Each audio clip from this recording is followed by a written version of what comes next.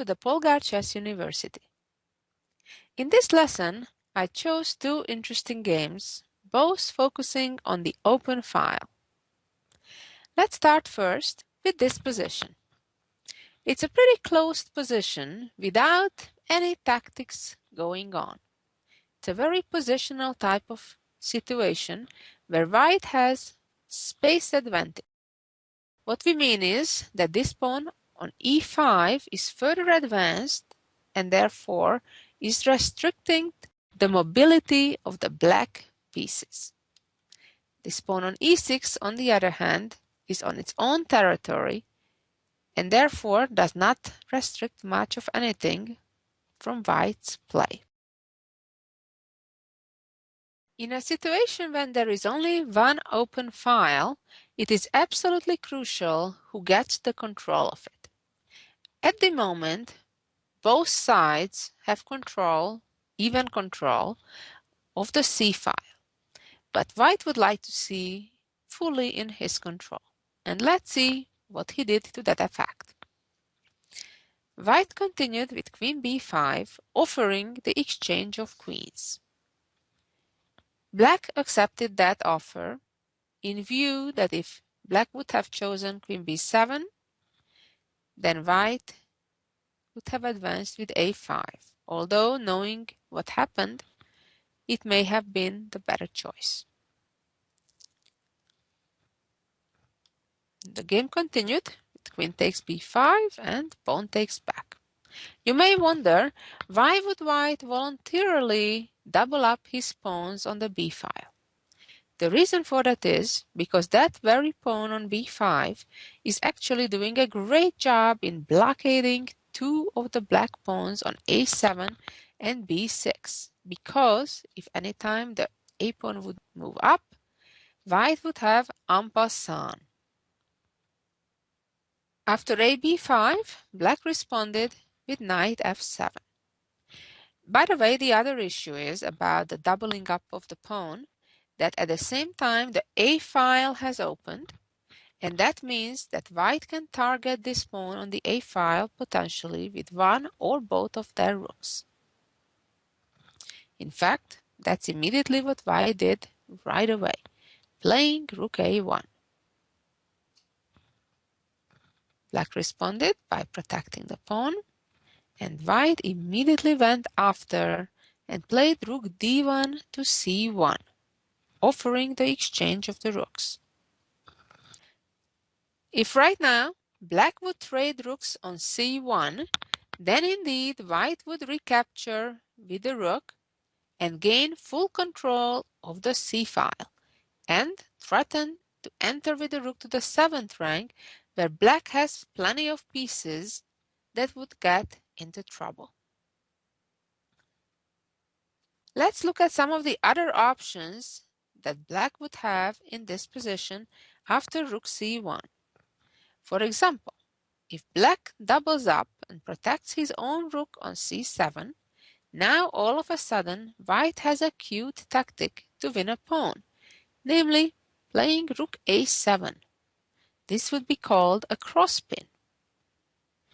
If the black rook from c7 captures the white rook on a7, the rook on c8 is hanging, or after rook c1, white would simply recapture, and after rook takes bishop on c1, rook e7, giving white further material gain in view of the checkmate threat with rook e8 and the attack on black's knight on f7. Black continued with rook d7, getting out of the way. So goal number 1 has been achieved. White gained control of the c file and in addition created a second target, the a7 pawn. And here comes the third target. White played rook c6, attacking black's pawn on e6. The pawn can only be protected by black playing knight d8. Now, not only that black protected the pawn on e6, but also has attacked white's rook on c6. And white played rook c8. Good choice. Threatening to attack the a7 pawn a second time, against which black would be helpless. The only move is to play knight f7, offering the exchange of rooks. White does not mind that exchange, but only under his own terms, namely by playing rook ac1. So if black would trade rooks, white's second rook would be ready to take the first rook's place on c8. Here perhaps the best choice that black had was indeed to trade rooks and then play knight to d8. Although white's advantage is unquestionable here too, and the correct plan would be to play knight e1, for example, king g8, knight d3, king f7, and then bishop b4, exchanging the dark squared bishops, and then the white knight can go to b4 and potentially to c6, still giving black a lot of trouble.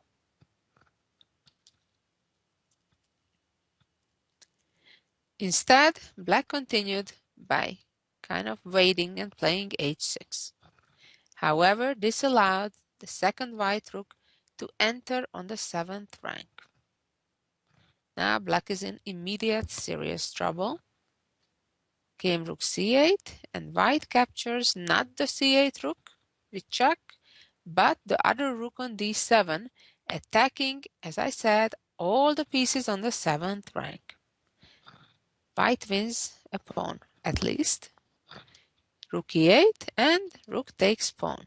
So now white is a pawn up, and black still has weaknesses along the 6th rank, as well as white's rook on the 7th rank is also very powerful. King g8 and g4. White is in no rush. Black's weaknesses don't run away. g6 and rook b7. Going after the second pawn, black protected it. Bishop b4, king g7, king g3, rook h8, and bishop e7. And black resigned because the bishop will be exchanged, the one that was guarding the b6 pawn, and black will lose either the e6 or the b6 pawn within the next couple of moves. A very instructive example. Let's move on to our next example. Here we go. This is a famous game between the reigning world champion Vishwanathan Anand versus Shirov. White has sacrificed the pawn earlier in the opening, and black has an extra pawn, a doubled pawn, it's true, on the c file. What should be white's plan here? I suggest you take a few minutes and try to figure out what you think the plan should be. Then come back and listen how Anand continued the game. White played here a bit unusual but very effective move, namely rook a2, to use the rook to pressure black's pawn on b7. Black responded by playing knight d7. Perhaps a better choice was to try to chase the white knight back with f6 first. Knight d7, white traded the knights, and then followed up with rook b2. It's important to note that white's bishop on f4 is in a great preventive position as of either of the black rooks appearing on b8, whether it would be just to the protection of the pawn on b7 or to the support of the advancement of the black b pawn to b5. Black's only way to protect the pawn is to play rook to a7. Of course, that doesn't look like a fun position for a rook. And basically what happens here is white has a great compensation strategically for the sacrificed pawn because black is forced to misplace the positioning of their pieces. And now white's plan is to triple up on the b file.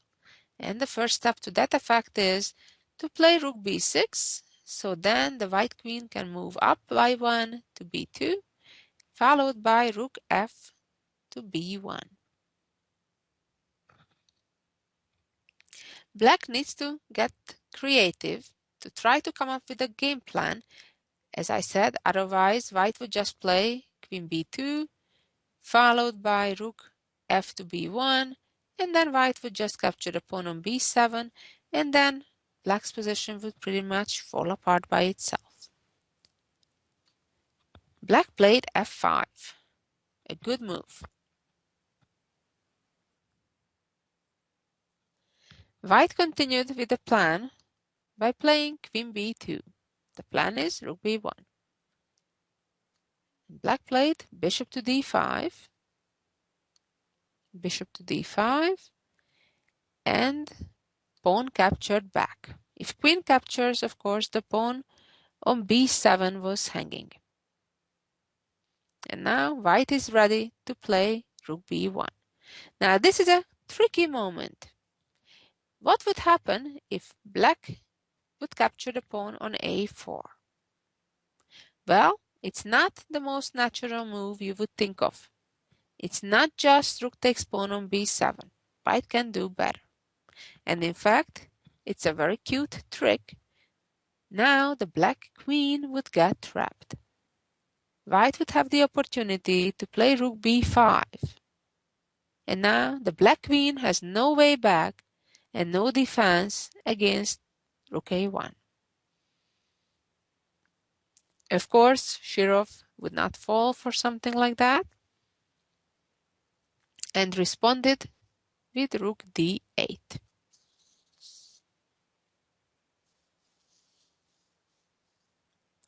Now this is another interesting moment in the game where white would have the opportunity to capture on b7, but it wouldn't really accomplish the desired goal because then after the exchange of the rooks, the white pawn on a4 would still be hanging.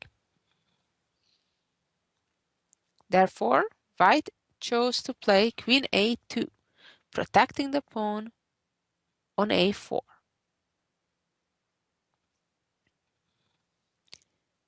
Black played rook c8, trying to play rook c6 next to exchange the rook. Remember, black is still a pawn ahead, so if black would try to exchange a pair of rooks, all of a sudden black would even get a better position. It's absolutely crucial that white maintains the pressure on the b file and doesn't let black untangle his cramped position. Game continued with rook b5, putting pressure now not only on the b7 pawn, but also on the a5 and d5 pawns, all three pawns at the same time.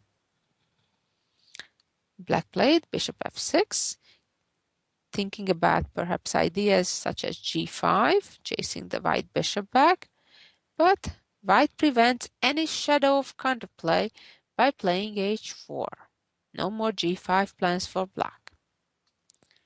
King f7, and now rook 1 to b2, clearing the b1 square for white's queen.